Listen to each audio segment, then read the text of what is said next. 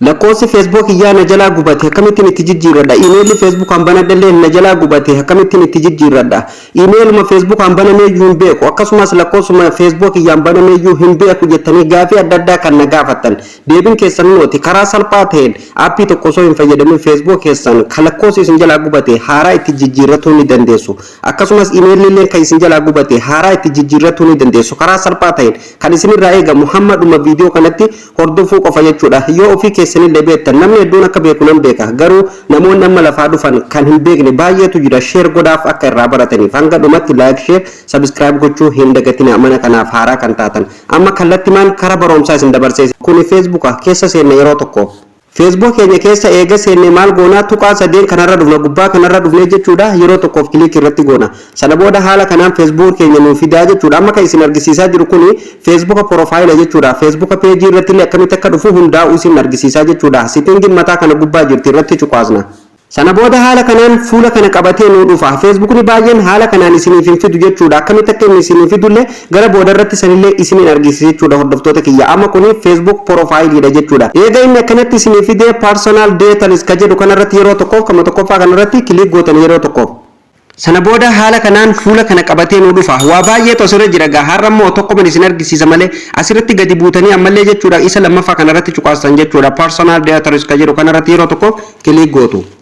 ni eeggattu jechuudha amma nuuf banamu kun amma haala kanaan nuuf banamee jira jechuudha hordoftoota kiyya amma asirratti lakkoofsaa fi email nu banannellee jinnilleen haa nu bantu jechuudha abbaan fedheeyyuu haa nu banu namni kamiyyuu yoo isiniif bane haala kanaan lakkoofsa kana isiniif fida lakkoofsi kun keessanii moo keessanii miti akka hin ta'in ni ilaaltan yoo namnilleen kan ufii irratti guuttate haala kanaan isinii dhufa lakkoofsa Facebook keessan jiru amma asiin gubbarraan email tokkoof lakkoofsa tokko natti argisiisee jira jechuudha akkuma argitan kana kanaafuu keessa seennee meeqa akka jiru ni ilaallaa jechuudha asumarratti hordoftoota kiyya kuno contact info ka jedhu kanarratti fuuldura qastiitu jira kilik gootan yeroo tokko ofirratti sana booda haala kanaan fuula kana qabatee isinii dhufa amma asirratti akkuma argitan reefuun tana tokko qofaatu gubbarraa mul'ata amma immoo lakkoofsa lamaa fi email tokkootu Facebook kanarra jira jechuudha hordoftoota kiyya amma lakkoofsi kun nu jalaa gubate haa jennu amma lakkoofsi kun gubate fakkeenyaaf yeroo passwordii Facebook ani jijjiiranne jenne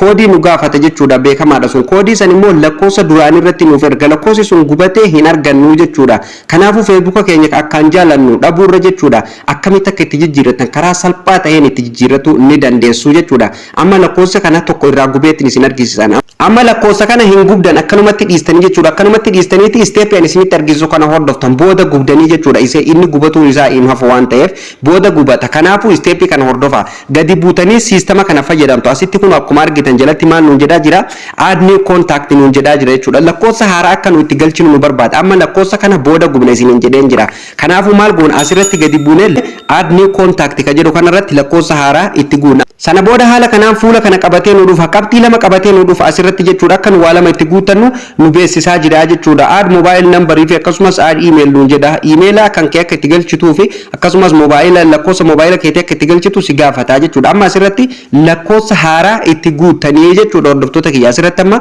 bakka add mobile number jedhu kanarratti yeroo tokkoof gadi cuqaastanii jechuudha yeroo isin irratti cuqaastan haala kanaan isinii fida hordoftoota kiyya sana booda haala kanaan fuula kana qabatee nu dhufa asirratti maal gootanii biyya keessa jirtan koodii biyya keessa jirtanii ni filattu jechuudha hordoftoota kiyya gubbaa kanarratti change bakka jedhu kana cuqaastanii jechuudha koodii biyya keessa jirtaniif ni filattu sana booda haala kanaan fuula kana qabatee nu dhufa kun amma akkuma argitan asirratti select country nuun jedha biyya filadhu nuun jedha hordoftoota kiyya akka nu biyya filannu nu gaafata biyya keessa jirru akkeessa barbaanne biyya keessa jirru ni filannaa jechuudha biyyuma keessa jirtan fakkeenyaaf biyyi keessan akkuma beekamu gaa Itoophiyaa ta'u biyya keessa jirtan biyya amma yeroo saniif keessa jirtan san ni filattu jechuudha anamma biyya keessa jiraadhu nan filadha kun waan amma irratti cuqaaseen jira haala kanaan gubbarratti eeganaa bahee jala kanatti lakkoofsa itti guuttuu jechuudha lakkoofsa keessan haaraa isiniif dalagaa jiru san asirratti ni guuttu ittiin guutan amma lakkoofsa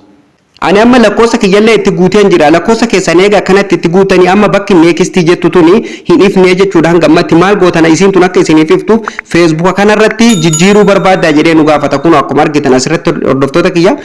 fakkeenyaaf amma ani Facebook ni kuni maqaa Facebook kiyyaati jechuudha kanaafuu geengootu fuula dura jira jechuudha geengoo kanarratti halluu dibdan yeroo isin raayitii itti gootan haala kanaan neekistiin kun nuuf ifee jira amma irra nuuf ni tuqamaa jechuudha irratti cuqaastan yeroo tokkoof neekistirra cuqaasnee gara fuul duraa deemnaa jechuudha kun akkuma argitan amma select tahaa jira jechuudha hordoftoota kiyya Kana booda haala kanaan fuula kana qabatee isinii dhufaa jechuudha. Asirratti koodii nu gaafata jechuudha. Koodii lakkoofsa amma asirratti itti goone lakkoofsa haaraa kanarratti koodii siif erginee jira. Koodii sana achirraa finnee akka nu konfirmi goonu nu gaafata jechuudha. Amma koodii fudhadheetiin isinitti deebi'a. Na eega. Kunu anammoo hordoftoota kiyya koodii dijiitii 6 fudhadhee isinitti deebi'eetiin jira jechuudha. Koodii kana eega kanatti fudhattanii jala kanatti gadi buutanii neekistiin jala kana jirti neekistii gootu. Sana booda hordoftoota kiyya kallattii maan bakka reefutti isin deebisaa jechuudha. Kunu amma akkuma argitan jechuudha lakkoofsi reefuun tana meeqaatu jira? 2tu jira hubadha. Amma asirratti lakkoofsi kun akkuma argitan 3 tahee jira jechuudha hordoftoota kiyya. Hanga barbaadan irratti guuttatuu ni dandeessu jechuudha. Amma lakkoofsa kana tokko irraa gubeetiin isin argisiisa gaammallee jechuudha. Amma lakkoofsa kana eega kana asirratti guuttatanii maal gootan hordoftoota kiyya ni gubdan lakkoofsa asirra jiru kan isinirraa hin dalagne sanii lakkoofsa hin dalanne san maal gootanii ni gubdanii jechuudha. Gubdanii haaraa irratti dhiifatan san booda yeroo isin paaswordii jijjiiruuf deemtan yookaan dhimma adda addaatiif Facebook nileen isin gaafatee waan tokko tokko kan isin sirreessuuf deemtan paaswordii haaraallee yoo jijjiirratuuf deemtan jechuudha. Koodiin lakkoofsa haaraa kanarratti isiniif ergamaa jechuudha. Amma kanaafuu haaraa kana kan duraanii kana irraa gubnaa jechuudha. Irraan guban amma lakkoofsa tokko irratti cuqaaseetiin irraa gubee isin argisiisa. Irratti cuqaaseetiin jira. Yoo lakkoofsa kana akkanaan ittiin jijjiiranne Facebookni keessan cufamnallee isiniif hin deebi'u. Akkasumas paaswordiin isaallee isiniif hin jijjiiramtu. Hattuun seenanis paaswordii isaa daftanii jijjiirratuu hin dandeessan. Kanaafuu maal goona delete number bakka jedhu kanarratti cuqaastan kilik irratti godhanam. Sana booda hordoftoota kiyya akka kanaan asirratti naafida kun amma asirratti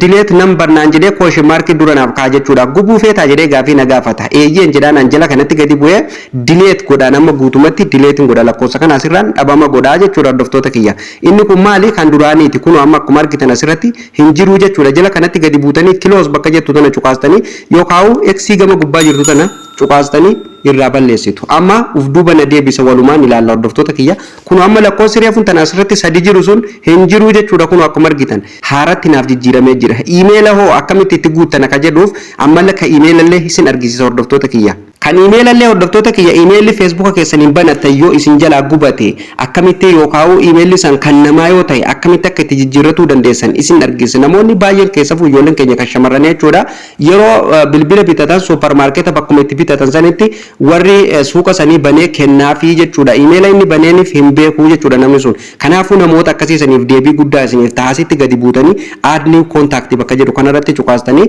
sana booda haala kanaan isiniifidha. Akkuma reefuun tanaa sanitti asirratti maal jettanii guutanii yeroo duraa iimeela banattanii qopheeffatan isinii galee iimeela banattanii eega qopheeffatanii kan paaswordii isaa beektan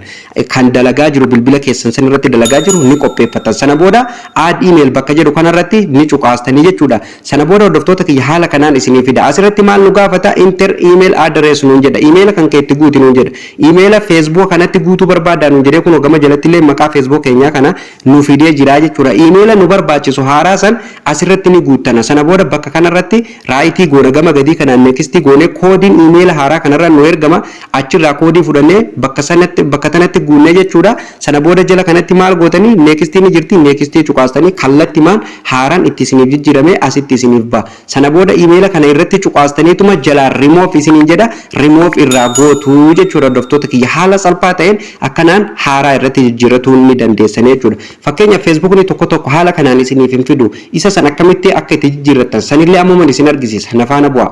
Amma kun feesbuuka biraa keessa seeneetiin jira jechuudha. Kan reefu Oromaan irratti isin argisiisa. Amma immoo Useena san kan jedhu kanarratti isin argisiisa. Tuqaa sadeen kanarratti yeroo tokkoof ni cuqaastu. Sana booda maal gootu gubbaa kanarratti sitingii ni jira yookaan kan gubbaa kanarraan isin finne sitingii keessan kanatti yeroo isin gabbuutan maal argattu siting and privacy kan jedhu kan argattu. Jala kanatti gadi buutanii hordoftoota kiyya maal gootu kunoo jala kattu yeroo tokkoof irratti ni cuqaastu. Sana booda ol deebitanii sitingii bakka jedhu kanarratti kilik gootu. Sana booda ni eeggattu hanga inni isin banamu. Sana booda haala kanaan nu banamu. Fakkeenya feesbuukni tokko haala kanaan isinii fidaa jechuudha. Kana kan isinii fidu feesbuuka duraan profaayila ture amma karaa peejiitti jijjiirame jechuudha. Professional mood gootanii karaa peejiitti kan jijjiirtantu haala kanaan isinii fidaa jechuudha. So kanaafuu maal godhuutu isinirraa eegama. Kan akkanatti isinii fide kan hordoftoota kiyya maal gootanii asumarratti jechuudha personal and account information bakka jedhu kanarratti yeroo tokkoof kilik gootu. Sana booda haala kanaan fuula kana qabatee isiniif dhufa. Warreen maqaa feesbuukaa jijjiirratu hin beeknelleen karuma kanaan jijjiirratu jechuudha. Kun jijjiirratu jechuudha. Kun asirratti neen bakka jedhu kana cuqaastanii jijjiirratu jechuudha. Amma asirratti kanarratti hordoftoota kiyya gadi buutanii jechuudha kunoo contact info bakka jedhu kanarratti ni cuqaastuu jechuudha irratti cuqaastanii sana booda haala kanaan isiniif dhufa hordoftoota kiyya amma Facebookni keessan kun jinniin isinii haa bantu namni fedhe isinii haa banu abbummaan fedhe isiniif haa banu hattuun fedhe isiniif haa banu iimeelli keessa jiru lakkoofsa keessa jiru guutummaan guututti kunoo haala kanaan dhufe tartiiban isiniif taa'aa jechuudha iimeelli Facebook keessan kanarratti yeroo ammaa dalagaa jirulleen primary ta'ee dalagaa jirulleen jechuudha akkuma argitan hunoo gubbaa kanarratti isiniif kaa'aa jechuudha hordoftoota kiyya amma kanaafuu iimeela kunillee nu jalaa gubate lakkoofsa kunillee nu jalaa gubate yookaan kan nama ati irraa jijjiirratu feetanii eeyyee deebiin keessan yoo ta'e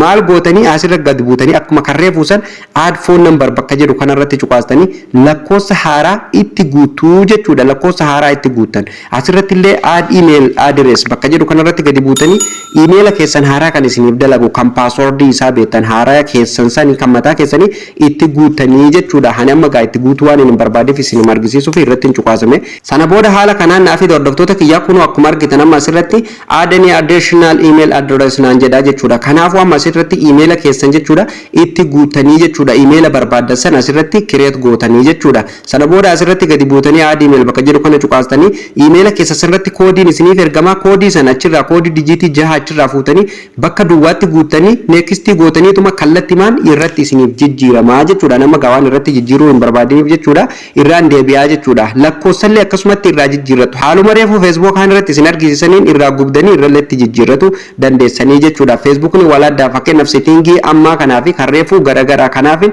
asirratti illee akka adda bahee sirriitti isin ifa ta'uuf isin argisiise jechuudha amma fakkeenyaaf lakkoofsa kanallee irraa gubuu yoo barbaade qastiin fuula dura jirti iimeelallee haaluma kanaan irraa gubdu qastii fuula dura jirtu kan irratti cuqaastaniituma sana booda hordoftoota kiyya yeroo akkanatti lakkoofsa kun isin dhufe konfirmi godhuu feeta moo irraa gubuu feeta jedhee nu gaafata gama gadii kanatti kun remove jira gubbaa kanaan confirmed nuun jedha kanaafuu nu confirmed godhuu osoo hin barbaanne lakkoofsi kun nu jalaa gubate waan ta'eef remove bakka jettu kana cuqaasne irraa gubnaa jechuudha lakkoofsa san ifa isiniif hordoftoota kiyya ifa isiniif ta'ee jira lakkoofsa osoo lakkoofsa haaraa itti hin naqanne lakkoofsa haaraa irratti hin guuttanne kan duraanii irraa hin gubina akkasumas iimeela haaraa osoo irratti hin guuttanne iimeela duraan Facebookni keessan dalagaanii jiru san akka irratti hin guunnen isiniin jedha bakka kanatti addaan baafadha hordoftoota kiyya sirriitti bakka kana adda baastanii beekuun isin irratti dirqamaa jechuudha haala kanaan Facebook keessan harkatti deebifattanii hordoftoota kiyya nam tokkollee osoo hin gaafatin turii takka osoo hin baasin viidiyoo kan haga dhumatti yoo daawwattan harka keessaniin waan barbaadan Facebook keessan irratti jijjiirratu ni dandeessaniin isiniin jedha namoonni baay'een osoo Facebook isaa jaallatu Facebookni isaa fooloon ol deemee jechuudha yeroo guddatee bakka guddaa dhaqe Facebook isaa lakkoofsa isaa hin beeku akkasumas lakkoofsi sun jalaa cufata keessafuu ijoollee keenya kan biyya namaa jiru lakkoofsi ni cufata yeroo baay'ee hoggaa biyyatti galanii lakkoofsa irratti koodii waan ergamuuf irraa jijjiirratu hin beekanii jechuudha karaa kanaan irraa jijjiirrattee Facebook keessan kan jaallattan jechuudha harka keessanitti deeffattanii akka barbaadanitti itti taphatu ni dandeessu warreen gara Facebook oksajii miidiyaa neetworkiitiin na hordofaa jirtanillee baay'eetu jirtan jechuudha kan YouTube kiyya dhaquuf rakkatanillee parsantaa xiqqaa argattan jechuudha barumsa karaa Facebookaatiin kanaafuu jechuudha Facebook mukiyya kana jala gadi seentanii jechuudha osoo maqaa kiyya search godhuuf hin cinqamin barbaaduuf hin cinqamin watch now bakka jedhu kana profaayila kiyya jalaan cuqaastanii gara chaanaala kiyyaa dhuftanii daawwatuu ni dandeessan waan barbaaddan